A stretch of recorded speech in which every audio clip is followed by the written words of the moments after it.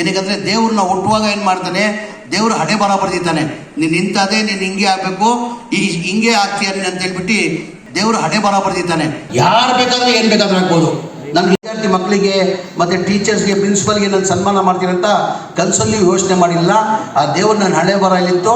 ನಾನು ಇವತ್ತು 5 ಬಾರಿ MLA, 3 ಬಾರಿ ಮಂತ್ರಿ ಆಗಿದ್ದೀನಿ. ನಾನು ಯಾವಾಗ ನಾನು ಕೂತ್ಕೊಂಡು ಒಂದೊಂದು ಸತಿ ಕಣ್ಣಲ್ಲಿ ನೀರು ಹಾಕ್ತೀನಿ, ದೇವರೇ ನೀನು ಎಲ್ಲ ಥರ ಏನು ಬೇಕು ನನಗೆ ಚಿಕ್ಕ ವಯಸ್ಸಿಂದ ಕೊಟ್ರಿ, ವಿದ್ಯಾಭ್ಯಾಸ ಕೊಟ್ಟಿಲ್ಲಲ್ಲ ಅಂತ ಹೇಳ್ಬಿಟ್ಟು ನಾನು ಕಣ್ಣಲ್ಲಿ ನೀರು ಹಾಕ್ಕೊಂಡು ಕೊರುತ್ತಾ ಇರ್ತೀನಿ. ನಾನು ಕೊರುತ್ತಾ ಇರ್ತೀನಿ.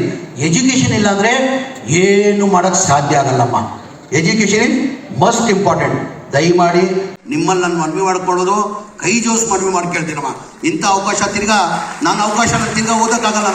ನಾನು ಏನು ಪ್ರಯತ್ನ ಮಾಡಿದ್ರು ನನ್ನ ಮೈಂಡ್ ಮೆಚ್ಯೂರ್ ಆಗಿರ್ತದೆ. ಆ ಟೈಮಲ್ಲಿ ಹೋಗಲ್ಲಮ್ಮ, ತಲೆಗೆ ಹೋಗಲ್ಲ. ನಾನು ಏನಾರ ಪ್ರಯತ್ನ ಮಾಡಲಿ, ನಾನು ಈಗಲೂ ಪ್ರಯತ್ನ ಮಾಡ್ತೀನಿ. ನಾನು ಏನಾರ ಮಾಡಿ ಸ್ವಲ್ಪ ಓದುವ ನಾವು ಅಂತ ಹೇಳ್ಬಿಟ್ಟು ಪ್ರಯತ್ನ ಮಾಡ್ತೀನಿ. ಅದಾಗಲ್ಲ. ಆ ಏಜ್ ಇರ್ತದೆ, ಏಜ್ ಫ್ಯಾಕ್ಟ್ ಅಂತಾರೆ. ಆ ಏಜಲ್ಲೇ ನಾವು ಏನು ಮಾಡಬೇಕು ಆ ಟೈಮಲ್ಲೇ ಮಾಡ್ಕೊಳ್ಬೇಕು. ತಿರ್ಗಾ ನಿಮ್ಗೆ ಸಿಕ್ಕಿರುವಾಗ ನಂಗೆ ಆ ಥರ ಅವಕಾಶ ಸಿಕ್ಕಕ್ಕೆ ಸಾಧ್ಯ ಆಗಲ್ಲ. ಹಾಗಾಗಿ ಆ ಹಿನ್ನೆಲೆಯಲ್ಲಿ ನಮ್ಮ ಸರ್ಕಾರ ಬಂದಾದಮೇಲೆ, ಮನೆ ಸಿದ್ದರಾಮಯ್ಯ ಅವರು ಮುಖ್ಯಮಂತ್ರಿ ಆದಮೇಲೆ, ನಾನು ಅಲ್ಪಸಂಖ್ಯಾತರ ಮಂತ್ರಿ ಆದಮೇಲೆ ನಾನು ಎಜುಕೇಷನ್ಗೆ ಜಾಸ್ತಿ ಕಾನ್ಸಂಟ್ರೇಟ್ ಮಾಡ್ತಾ ಇದ್ದೀನಿ.